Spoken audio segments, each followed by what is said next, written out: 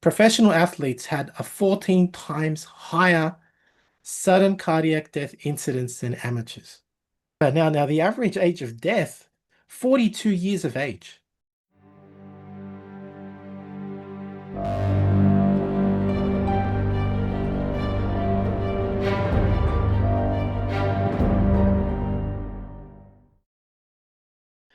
Alrighty. Hi everybody, Golden Era Bookworm here. Today we're going to be interviewing cardiologist and author of the recent study titled Mortality in Male Bodybuilding. And that was published recently in the European Society of Cardiology. And this particular study looks at the increasing premature deaths in competitive bodybuilding and the increasing risk of developing and dying of sudden cardiac death. Did I get that right, Marco? Yes. Thanks, Carlos. I will introduce myself Yes, if you please want. do. My name is Dr. Marco Vecchiato. I'm a sports and exercise medicine physician at the University of Padova, Italy.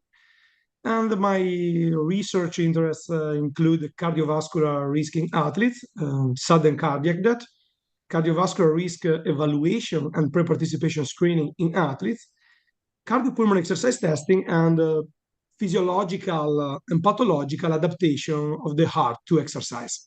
Mhm.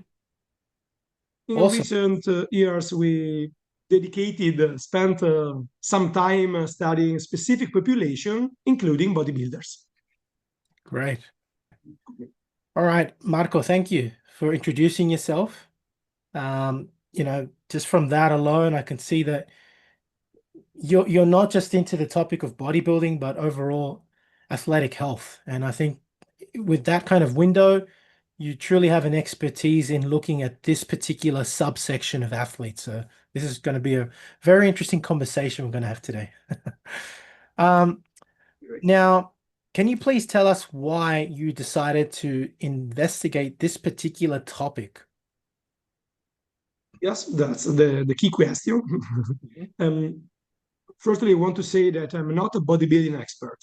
I'm a fitness lover, if you want, but not an expert in bodybuilding. But I'm an expert, if you want, in my field, so sports medicine.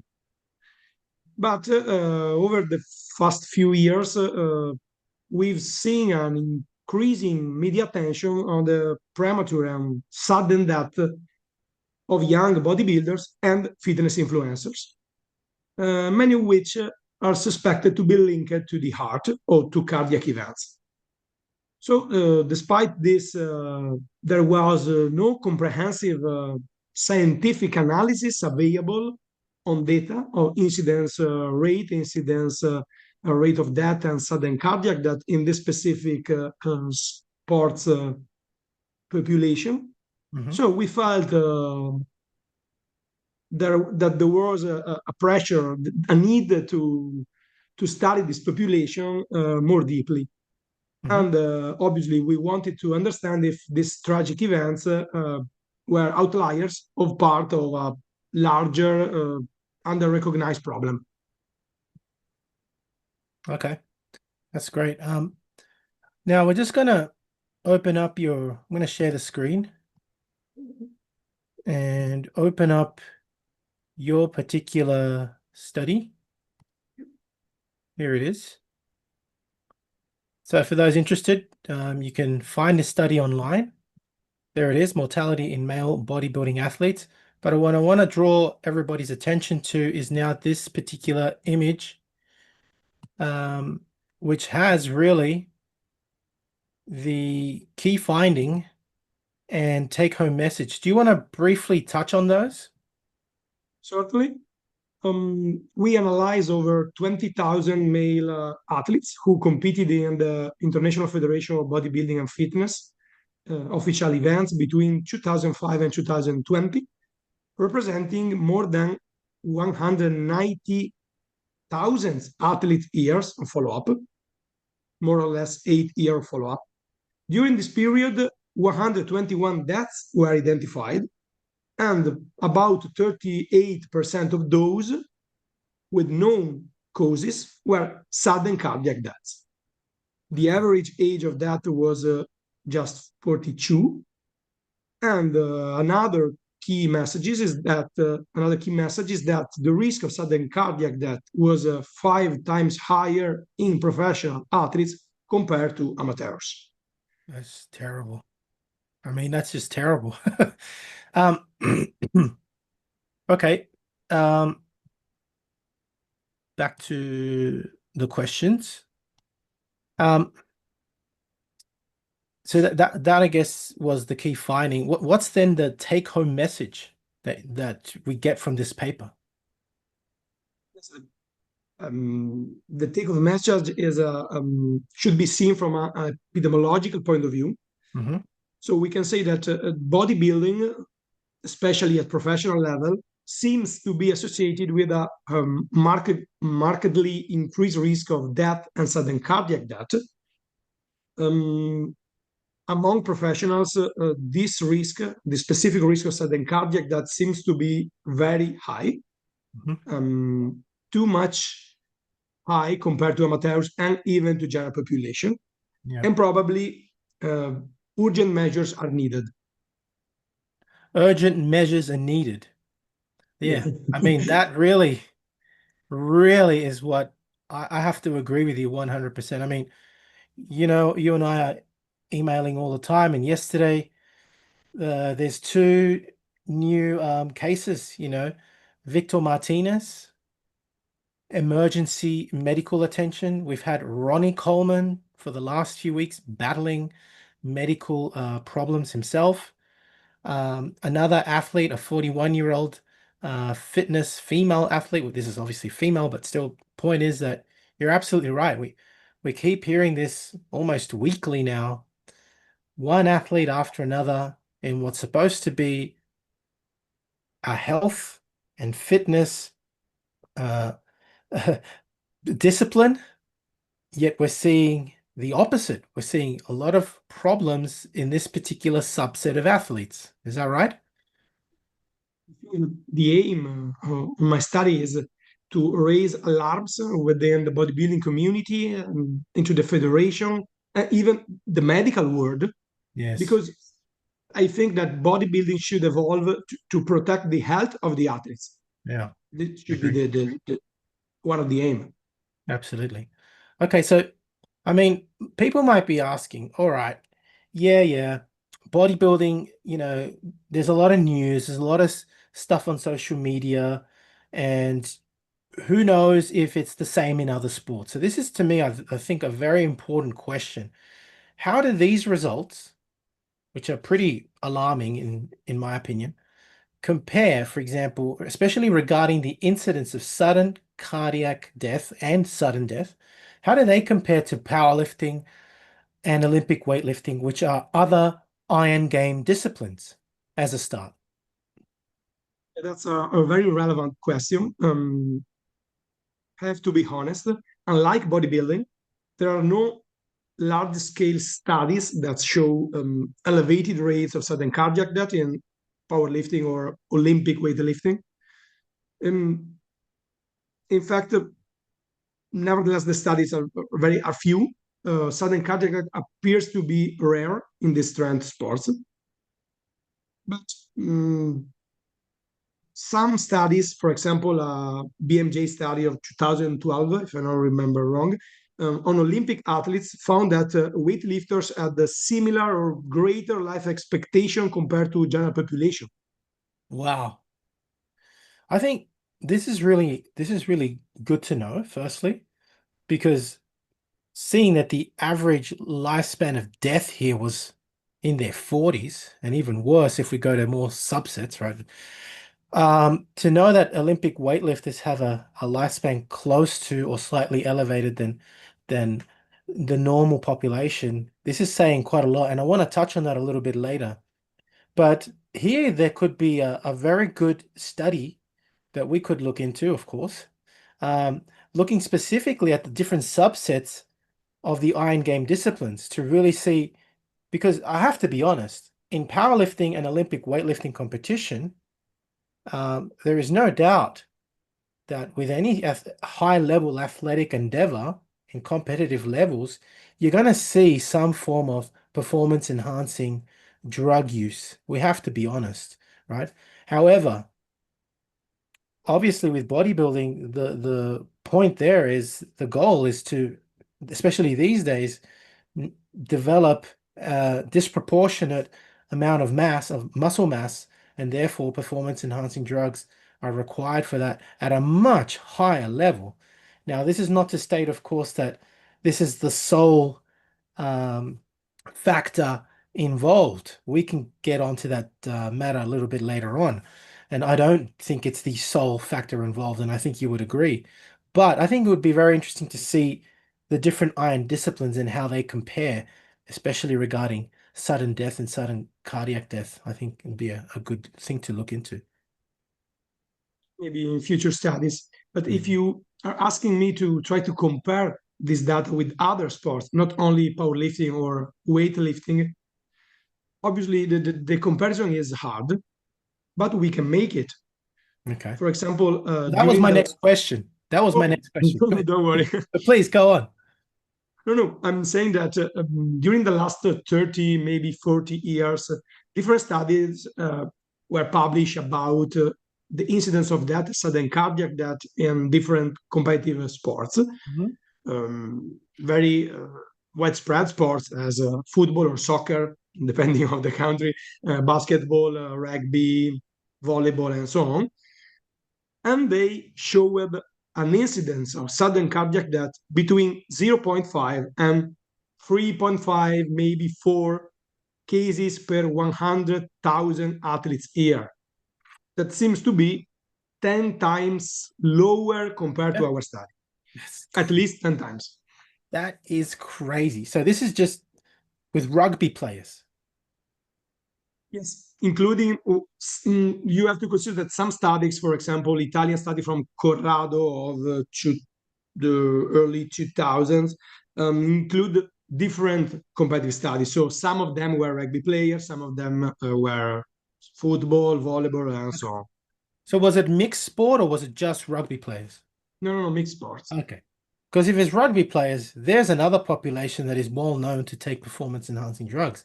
But again, not to the point um, that bodybuilders do. And definitely they don't do the deleterious practices of getting to, you know, very low digit body fat percentages in for competition, et cetera, which again we can go into. Um, yeah, this is really putting things into perspective compared to other sports. 10 times more incidents in sudden cardiac death found in this study. That's just crazy. Yes, but as I mentioned, the limitation of the study, Mm. I try to be as conservative as possible, Carlos. Um, the comparison is hard because we have to be fair. For Yeah. example, this population are represented for the mm, vast majority of athletes under 35, Okay. while in bodybuilding Yeah. community, I saw that the maturity of the athletes are starts later, Yes, it's and true. usually very full athletes is around 35. That's absolutely right. Yeah, therefore it's much harder to compare. However, statistical corrections could be made for that. Yeah, Absolutely. that's Maybe in really future study we will yeah, try exactly. a fair comparison. Absolutely. I think these 2 points are very important now to compare against other sports. And of course, within the subset of the iron game disciplines, there's two studies alone. To really put things in perspective for people to truly understand how does it compare to other sports, right? I think it's a very important question. Um, Now let's go through your paper together. We can see that, for example, most of the deceased athletes came from Western countries, namely the continents of North America and Europe. Can you comment on why this is the case? There are several likely explanations. Firstly, the majority of IFBB competition top level athletes that we identified are based in these regions. Obviously, this increased the absolute number. We obtained data from two different sources. The muscle memory database created and cured by Tim Fogarty, that is an unofficial database, but very large with a lot of entries. and the official IFBB results, a web page that started only in 2013. We mix together, remove the duplicate, and then analyze only the unique athletes. Second, we have to consider that media attention and online visibility is higher in these countries.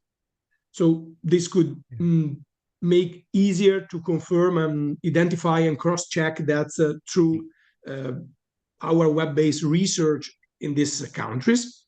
And third, there is some evidences that the performance enhancing drugs abuse is higher in some countries compared to others. So probably there is a combination of these factors. And sorry, Carlos, another important thing is that our strategies, search strategies, used 5 different languages: English, German, French, Italian, Spanish. Okay. So Asian language, Arab, Russian, or sadly Portuguese were not included in the Yeah. methods. Okay. But we use the Google automatic translation. So Okay. we included in any case even athletes from that countries, but maybe without using the original idiomas, original language, maybe some data could be missing. Okay. Now that's really important to state as a limitation, but it's important to know.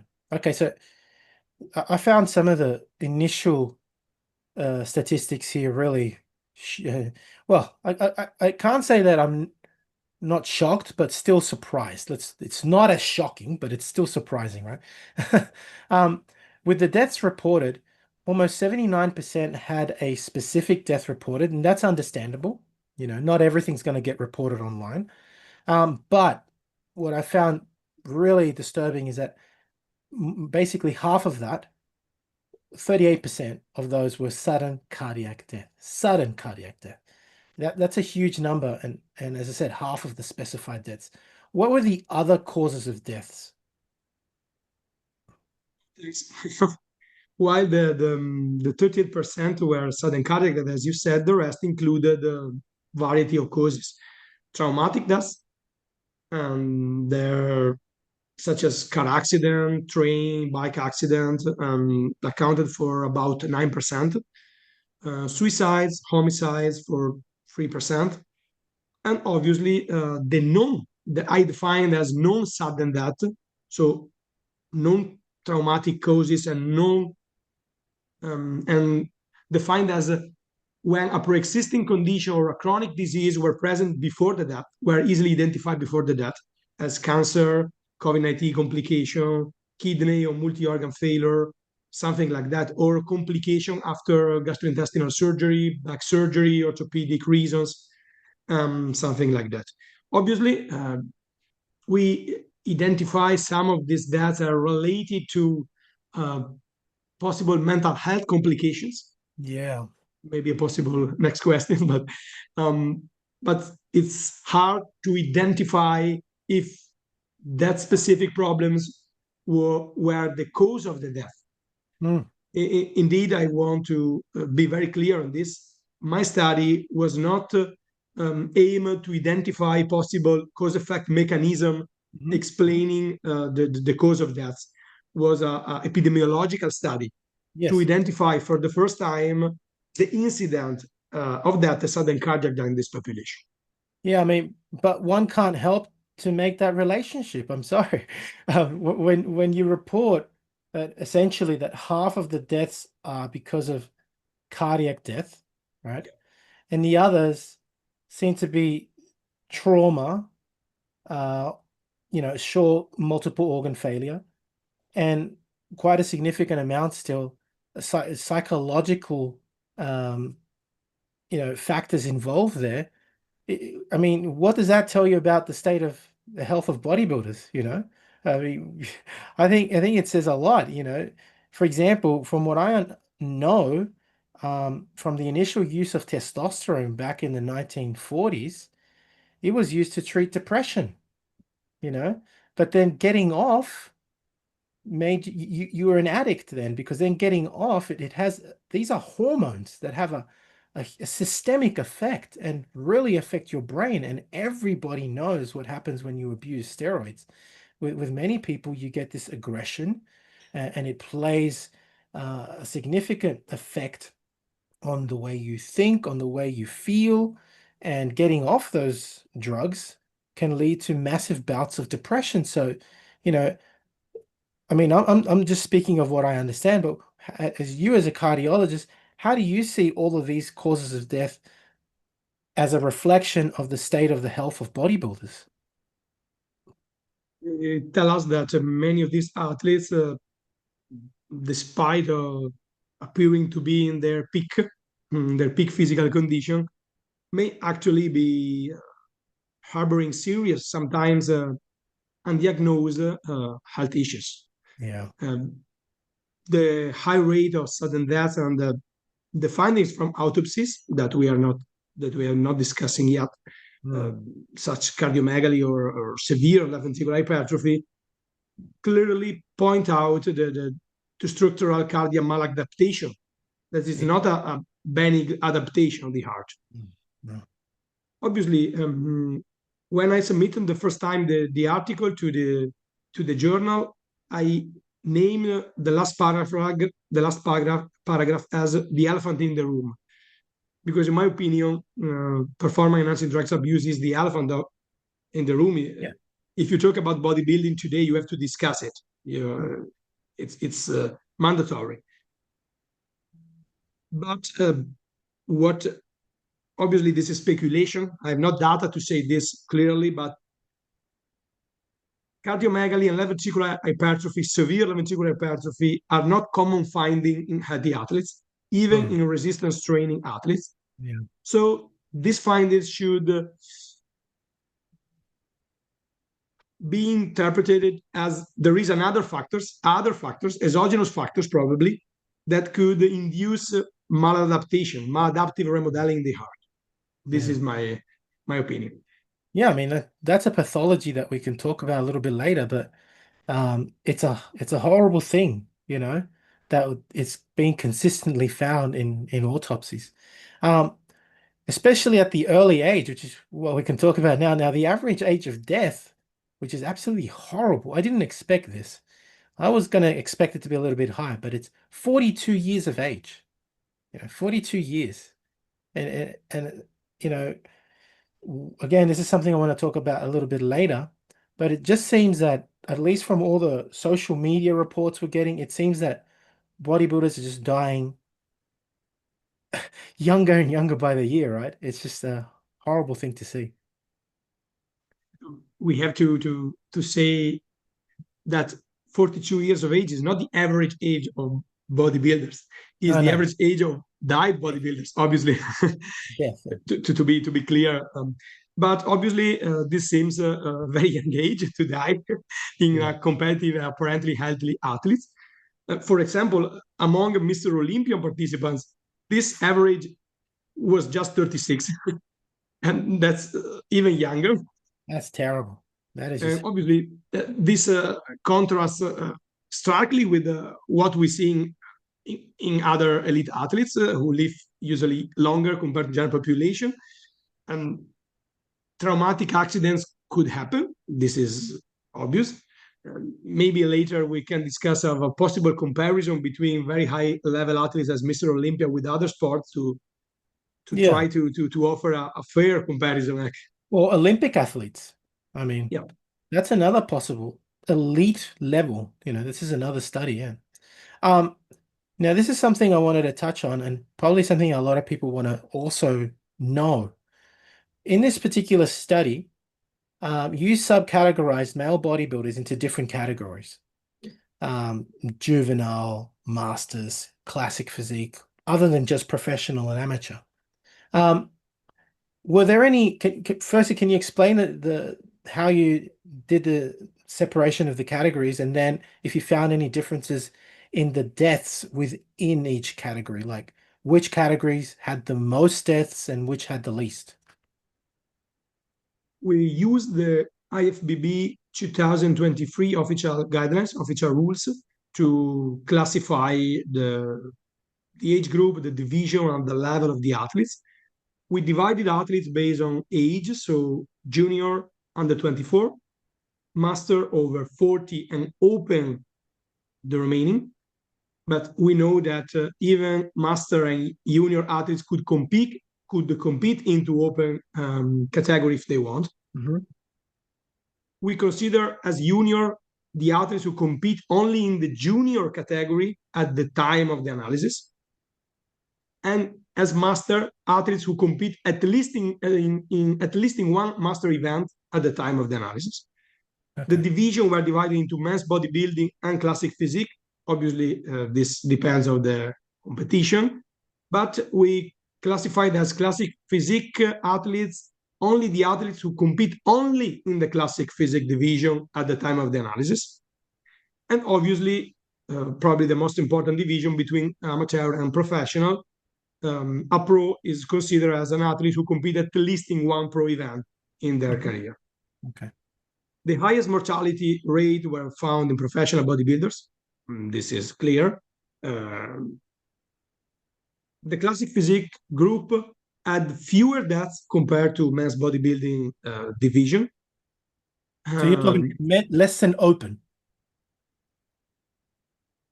No, I did not compare classic with open. Okay. I compare junior with open with master. Then I compare classic with men's, and then professional with amateurs. Okay. So the comparison were inside the age group, inside the division group, inside the level group.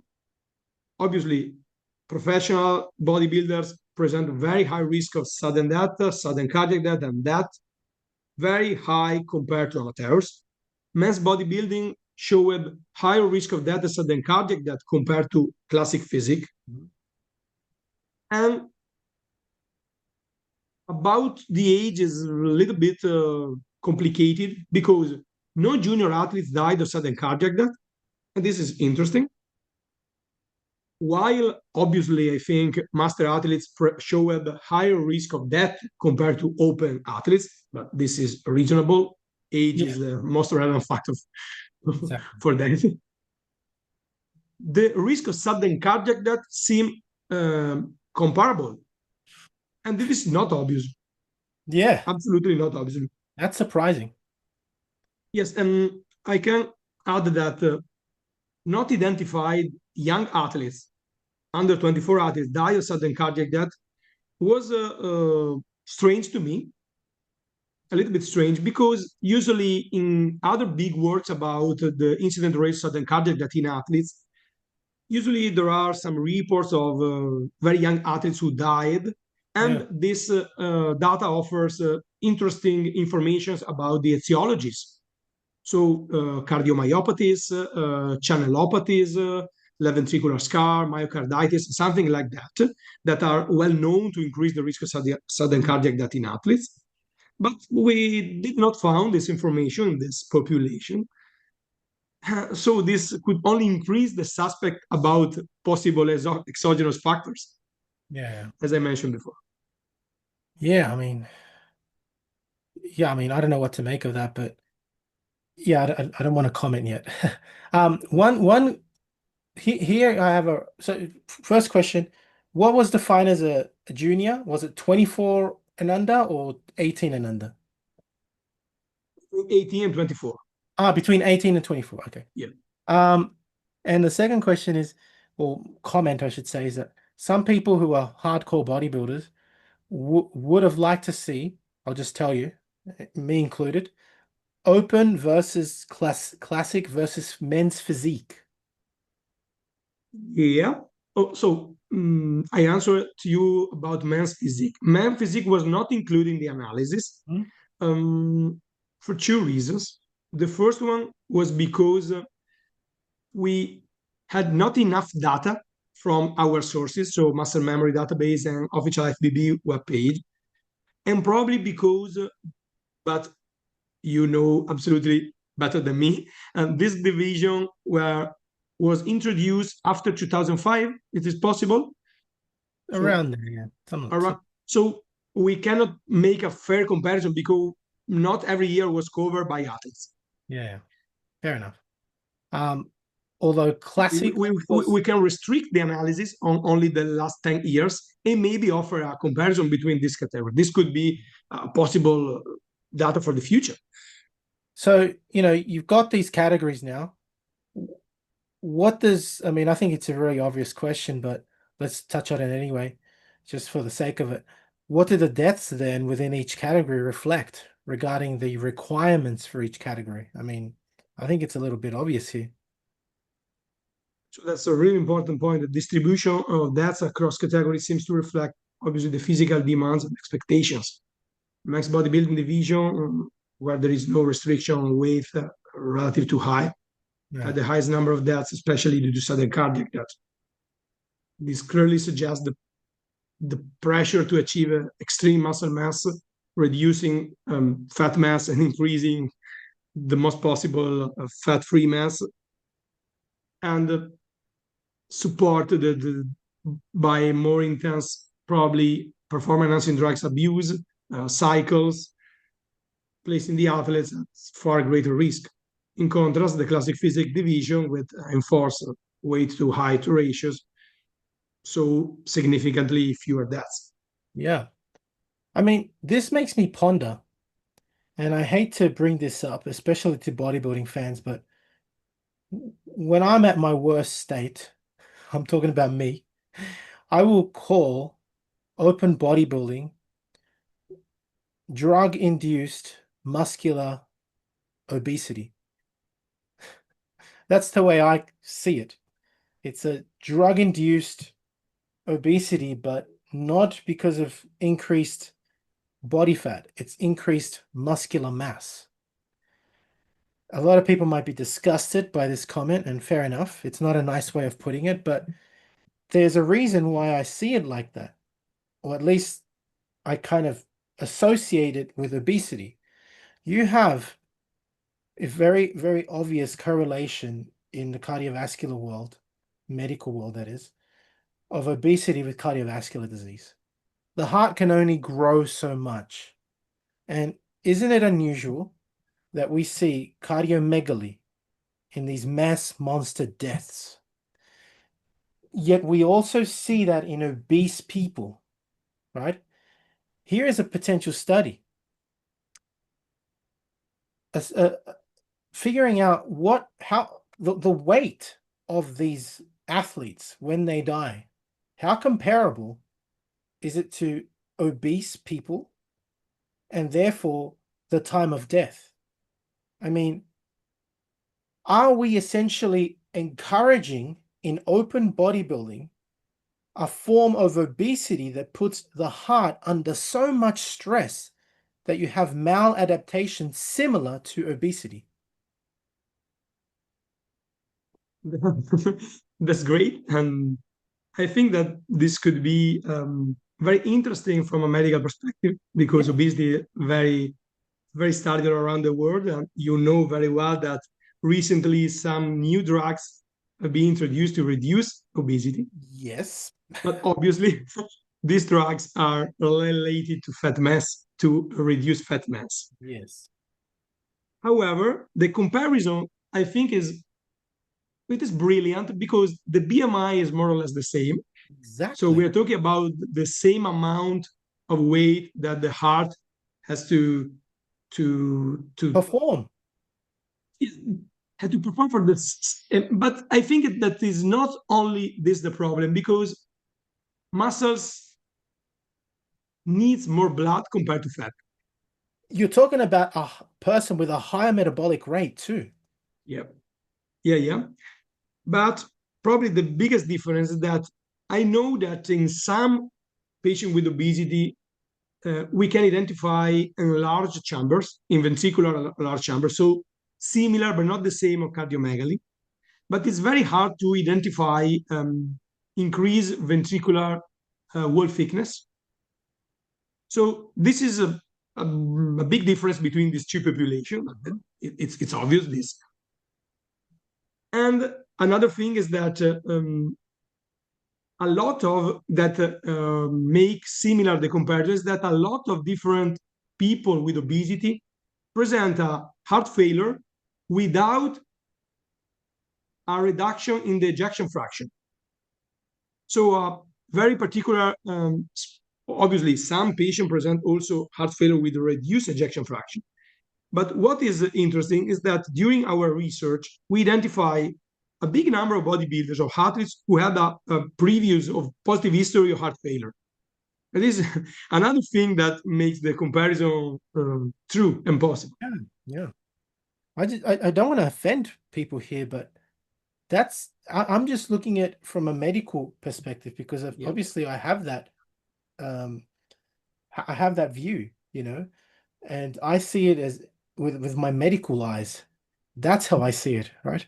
So I'm not trying to say that there are no benefits to bodybuilding at all, but taken to this extreme, essentially what I'm trying to say is you're putting the heart under so much stress that it becomes comparable to somewhat, not directly comparable, to somewhat comparable to the amount of stress that the heart would get with an average 300 to 400 pound obese person. I hate to put it that way, but yeah. And Carlos, as you said, I mentioned very clearly in the manuscript, this study was not aimed to defame bodybuilding or Yeah. IFBB.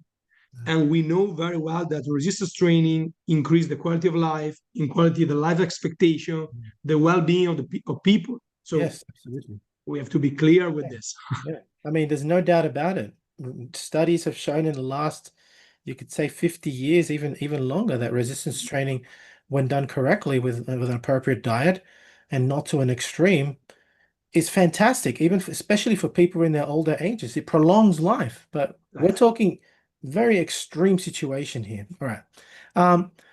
Now, there's some things that I want clarified. Understanding the paper because again, I'm a medical research scientist, but I don't understand everything because this is such a specific topic regarding especially the way you've calculated things. And I'm sure some people may also have some of these questions. You've mentioned that there was a follow-up, right? And I didn't quite follow what you meant by that. And also it was stated that 3% of professional athletes died versus only 0.4%. Um, and also, what do you mean by a HR of 5.23? I didn't quite understand that paragraph. Thanks for the question. This is relevant. During the follow-up refers to the entire time period after each athlete's first recorded competition up until July 2023.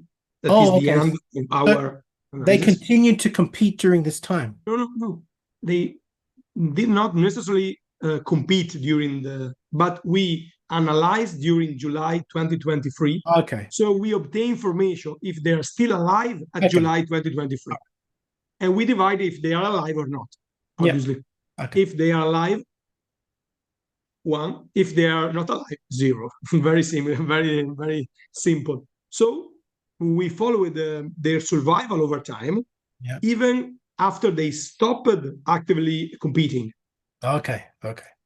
Regarding the hazard ratio, the HR of 5.23, Ah, it means that, hazard ratio. Okay. yeah, Hazard. hazard ratio. It means that professional bodybuilders have a 5 times higher risk of dying from sudden cardiac death Okay. compared to amateurs over the monitored period. That's obviously a very strong and That's terrible. statistically significant Yeah. association. Well, And it's the other ratio and the Kaplan-Meier curves reflect the cumulative impact of yes, a exactly. high level competition Yeah. uh, and Again, you see physiological that in impact. the follow-up where you've got almost tenfold deaths in professional versus amateurs during the follow-up. So Mhm. you're 3% versus your 0.4%. So that's completely reflective of that. That's just terrible.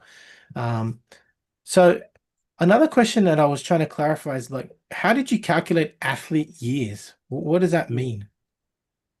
We use athletes' years to express incidence rates. It is a standard epidemiological approach to account for both the number of individuals and the time each one is at risk. Athletes' year or person years or events years are very used in epidemiology. specifically in sports medicine, we usually use athlete years because Mhm. this is the most common unit measure. So for example, if 100 athletes are followed for 1 year, that's 100 athletes years. Okay, okay. If they are followed for 10 years, that's 1,000 athletes years, and so on. So And for 100,000 athlete years basically reflects 5 years of the 20,000 that you more or less followed. yeah, exactly. Okay. And why we choose 100,000? Because usually in this specific studies, so we're talking about the incidence of sudden cardiac death in athletes, but even in general population, sudden cardiac death luckily remains a rare event, not common event. So we have to use a very big denominator. So Mhm. we use usually an event rate per 100,000 athletes here, Yeah, okay. regardless of how long each athlete was followed. Yeah, understood. Okay. Um, Now let's get to some of the more shocking things that were found in this paper. To me, that this is one of these two are the worst. Like professional athletes had a 14 times higher sudden cardiac death incidence than amateurs. Yeah, yeah. You can say 5 times higher as a risk, or 14 times higher incidence of sudden cardiac is the same thing. 4 times higher is the incident rate ratio, so is try to a way to compare the incidence, Mhm. while 5 times higher of as a ratio is to say during this period, these people progressively increase the risk of death 5 times higher compared to amateurs. But if you say in a way or in another, that is the most alarming findings of the study, clearly. Yeah.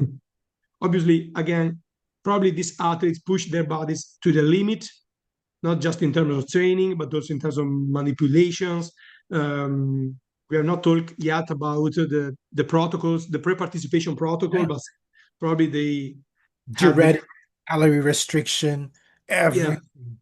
Yeah. salt and water depletion, diuretics abuse, and also there's the cycling of bulking and cutting phases. Oh, yeah. Effects on the heart are horrific. Yeah, this level of intensity probably takes a major stress to the cardiovascular system, and unfortunately, the data show that this could cost lives. This is something that I haven't asked yet, and I don't want to forget. Have you looked at the proximity of sudden cardiac death to the time of competition? Yes, we analyze deeply the 121 athletes who died, and some of them died very immediately after the competition or before the competition. Um, Do you have a percentage that you could say died within a week before or after competition when their bodies are at the but I think that highest? I could check, but I think that there are five that died within a week after competition, or in the same day, or within a week after the competition. But to try to answer to your question more efficiently, Mhm. we use two types of analysis. So the overall mortality rate, so the incident rate of death and sudden cardiac death in the entire period. So with this data, you can generate the hazard ratio and the comparison between professional amateurs that I mentioned before, but also, but even the incidence of death, sudden cardiac death in currently competing athletes. So that specific athletes could participate in at least one event during the last solar year.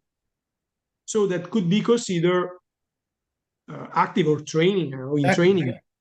Yeah. and offering two types of information. So not only the overall mortality rate, but also the mortality rate in active athletes. This Yeah. is relevant because this is the most fair way to compare athletes. Otherwise, one study could follow the athletes for 30 years and find a lot of deaths. And this obviously is not unfair if you want to compare with other studies. Yeah. Now, the other one that you already talked about was, and let's go a little bit further into it, was Olympian athletes. Let's Yeah. talk about the elite of the elite. In your study, you followed 100 Olympian athletes, and seven of those died within a 16-year period at an average age of 36 years of age. I mean, that's almost 10% of just not the winners of competing athletes, those that were in the running. Um, yeah, I mean, there's no doubt it's terrible, but yeah, This is probably the most disturbing statistics, in my opinion, of the entire manuscript. As you mentioned, they are the top of the top, the elite of the elite of this discipline. The one who competed in Mr. Olympia level represents the highest of this sport. And 7% of them died. mm, 5% of them of sudden cardiac death. The remaining two, one died of stroke, and the other one is not reported. yeah, So we are talking about an incidence of nearly 400 per 100,000 at its year. That is astronomically high. If you mm, consider that the sudden cardiac death in general population is around, depending on the study, between 40 and 100, we are considering also adults and elderly. So this number around 400 is astronomically high. yeah. Even if we try to compare this with higher risk sports, it's absolutely too high. Well, And this obviously, is another thing. I mean, I offer to you a possible comparison. If we try to compare this data with the same competition, so the top of the top of other very famous sports, for example, football, mhm, we have to compare probably the Mr. Olympia with the UEFA Champions League final, not Olympics, because Olympics happen only every every four four years. years. Yeah, So we need a competition that is yearly. yeah. So if we try to compare this with UEFA Champions League final or NBA finals, Hmm. you will not find you will find only one athlete died in the same period. I can namely him is Jose Antonio Reyes, a player of Atletico Madrid who died by car accident some Yeah, years ago. So the comparison is is nothing. this? Yeah, It's not. it's almost negligible. It's ridiculous. Yes. It's terrible. Okay. Um, yeah, I mean that's another possibility for a study, as we already talked about, the elite of the elite, and really looking at not just sudden death, but sudden cardiac death, and that's really going to tell you what the most extreme practices can lead to. And I think putting that out there is very important. Telling people this is what you guys are putting yourself at risk of. I think it's very important. They should be aware. All right. Discussing mortality rate in current competing athletes. There's a paragraph here where you mentioned that 27 athletes died within a year after the last participation, registering, yeah, almost half, sudden cardiac death, et cetera, et cetera. Um, yeah, I mean, I didn't also quite understand what you meant by Yeah. this paragraph. Um, as I said before, we define as currently competing athletes those who participate in at least one FBB event within the past year, past Okay. solar year. Okay. In this group, we identified 27 deaths, including 11 sudden cardiac deaths, with a mean age of death around 35 years. 35. I mean, Jesus.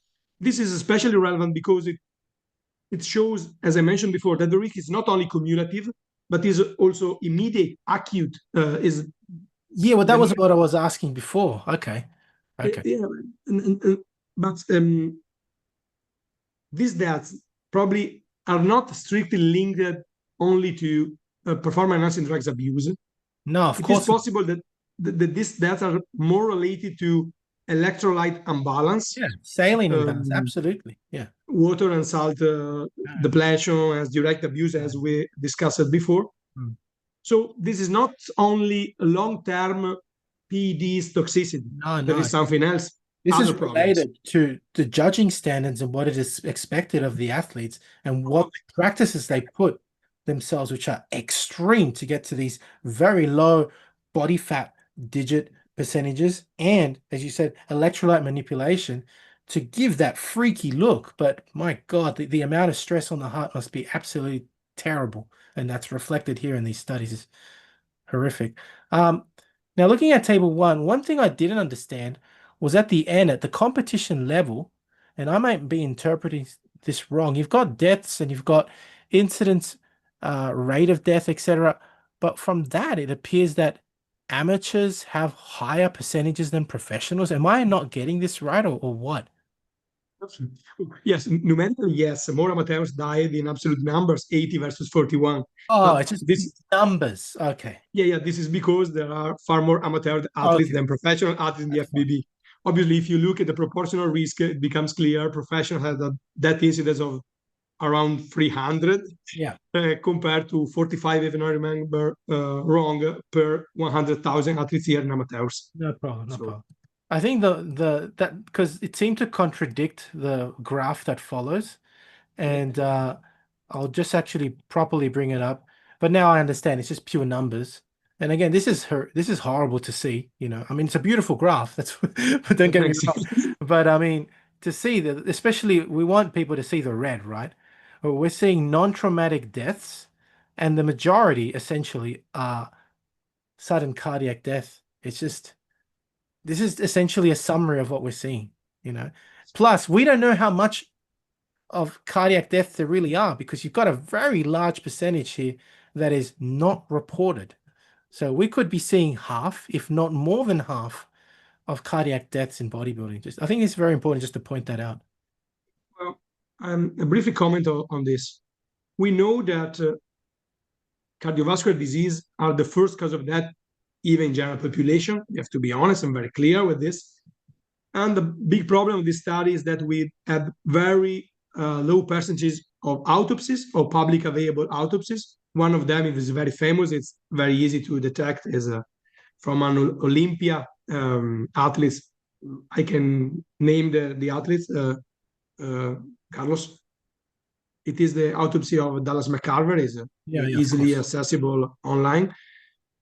But the problem is that the majority of these non-traumatic sudden death were not associated with a public available autopsy. Yeah, yeah, So we can say and define these deaths as sudden cardiac death, but we do not know the etiologies. yeah.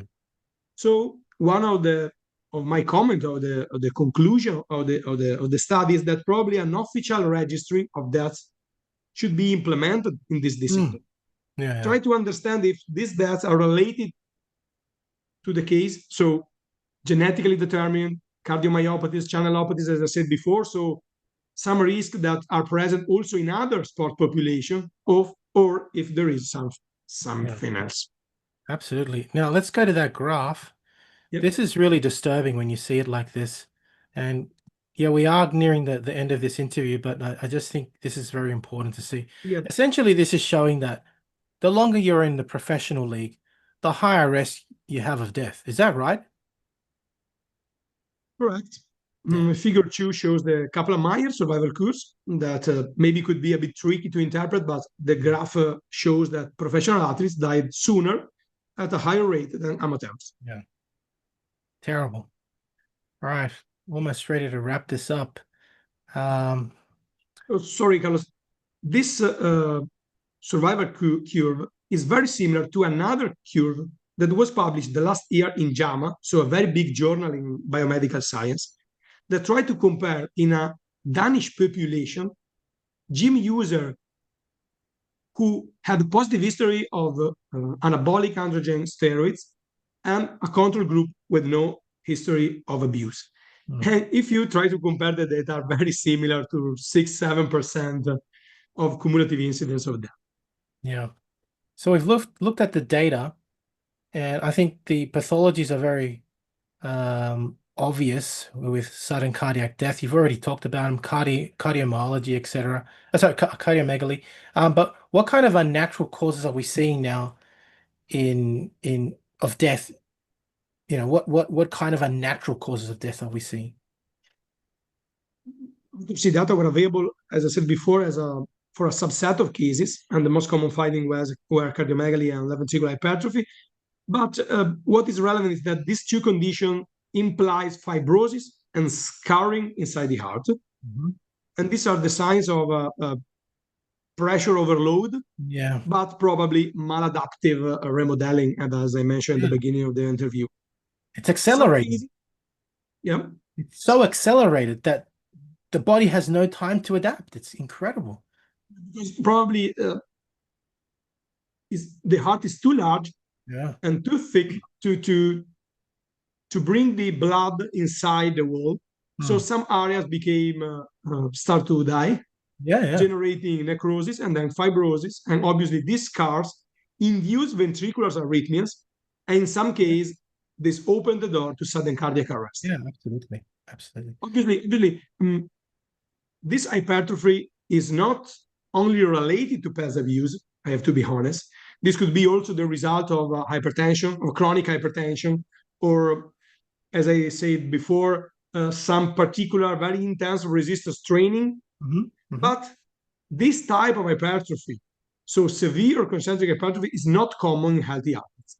No, of course not. But when we're looking at performance enhancing drug use, for example, as an example, and severe water depletion as an example, the blood thickens.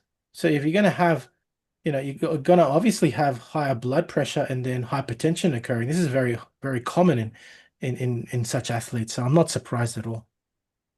Yes, going to a natural case of that, obviously we included car accidents, suicide, murders, overdose, and they were relevant because they were a good proportion of deaths. Obviously, this bring the attention to possible psychosocial factors inside this bodybuilding community, mental health disorders, substance abuse again, maybe the psychological stress to achieve impossible ideals or something like that that could exacerbate pre-existing mental health disorders. And it is possible that also mood disturbances or impulsive behavior uh, could be exacerbated by anabolic steroid abuse. It is described in literature. I'm not the first to say this. Mm. And this could play a role in some of these cases. Yeah. Well, you just answered that question that I was going to ask. So now, having talked about all of this, we should just finish off by looking at the measures. Like, what do you think are the steps that should be adopted by bodybuilding federations to prevent deaths in bodybuilding athletes? So probably this is the most relevant question Yeah. because because my entire discussion, the last part of the discussion, the conclusions, uh, try to offer possible solution to this problem because we have to talk about solution. So we should work firstly on the anti-doping reform, Hmm. should be more transparent, frequent testing aligned with VADA standards, because IFBB is aligned with VADA standards. Mandatory cardiovascular screening, obviously, this is my work, this is my job, but in my opinion, bodybuilders, especially elite bodybuilders, should undergo to EKG, maybe echocardiogram, stress testing yearly, annually. Hmm. This is particularly true for professional, I repeat. Why not a mental health assessment Yeah. to identify those at risk of depression, substance abuse, eating disorders, something like that? Educational programs to inform athletes, especially the younger, about the risk of this sports discipline, including pets abuse, extreme dieting and dehydration processes, and so on. And why not emergency preparedness? So, including automated external defibrillator in official events. Yeah. Absolutely. I mean, these are all great points, things that could easily be adopted.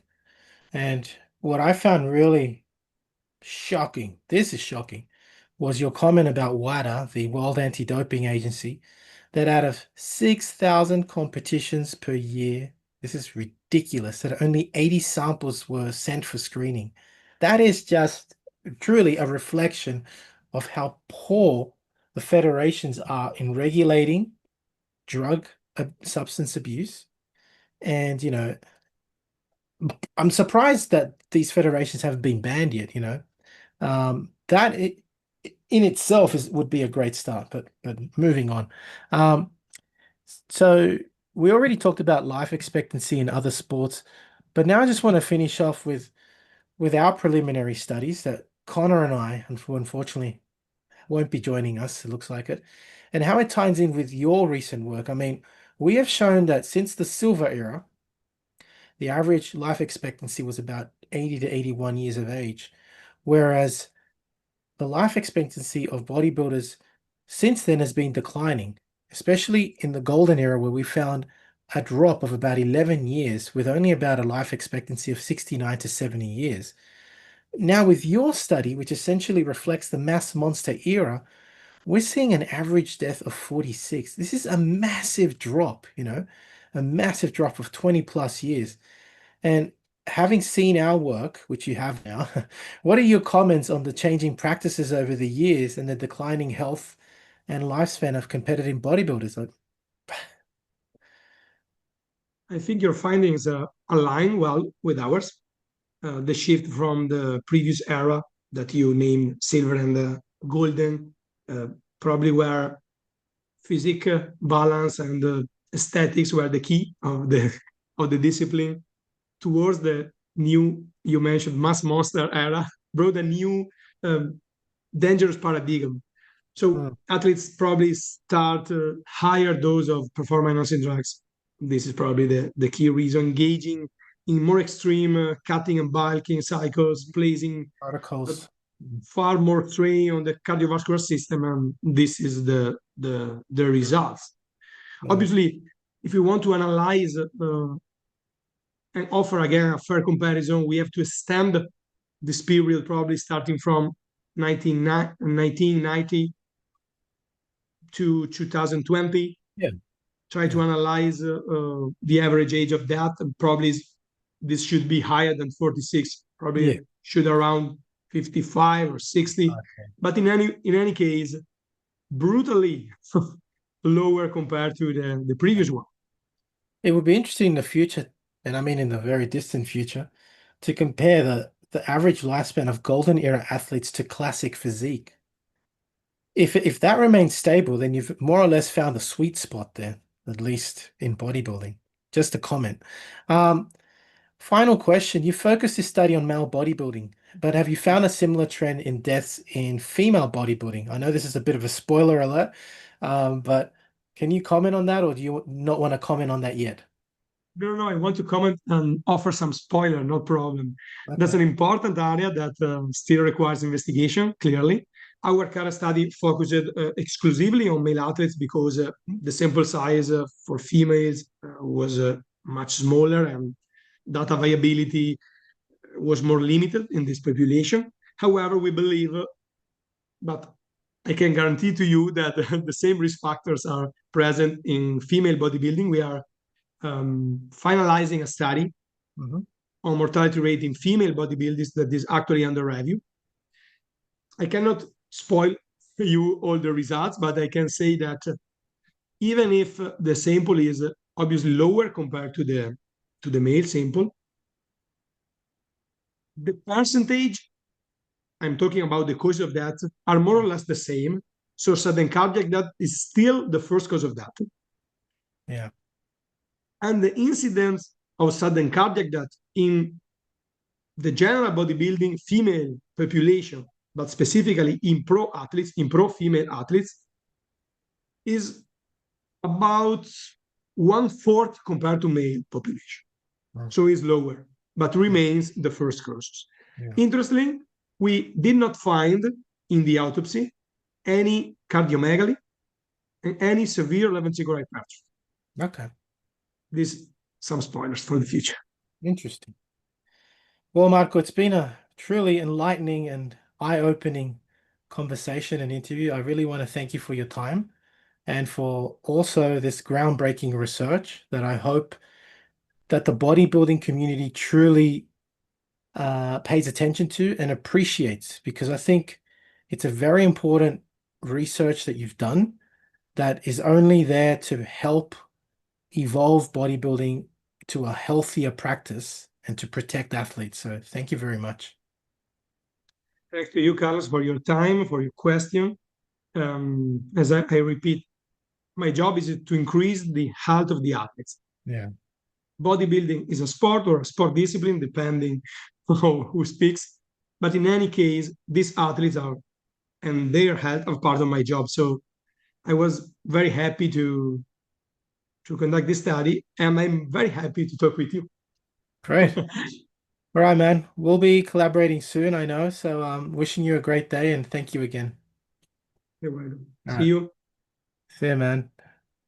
Head to www.goldenerabook'em.com for the biggest range of classic old school bodybuilding books as ebooks, e-magazines such as Iron Man and Reg Park Journal, high quality bodybuilding posters of the golden era stars, merchandise and classic gymwear featuring Steve Reeves, Marvin Eder, John Grimmick, Reg Park, and many other golden era stars. For those wishing to build a classic physique, lose fat and build muscle, online training is also available. Collectibles such as rare autographed photos from the golden era stars are also available, and to collaborate, please get in touch. Now, if you're interested in learning more about Vince Gironda's approach to bodybuilding, his principles, and all these tips of wisdom that he has, I mean, there's so much stuff that probably hasn't been proven by science, and it will take science to prove or disprove Vince. But to be honest, these 3 books, I believe, which I call the Classic Physique Bundle, are the best books that Vince ever came out with. And they, of course, are the Wild Physique, the Master Series, and the Pro Series. Have a look at it this way. The Wild Physique, I believe, is like the ABCs of Vince Gironda's principles to bodybuilding. He teaches you the exercises and his principles. But how do you put them together? Well, the Master Series is a 14-month program of using all of these principles, all of the diets that Vince came out with, all of the exercises. And of course, the Pro Series was a book that he came out with later on, specially targeted for getting into competition. It's just these 3 books, as I call it, the Classic Physique Bundle, Vince's best work, and available, of course, at www.goldenerabook'em.com.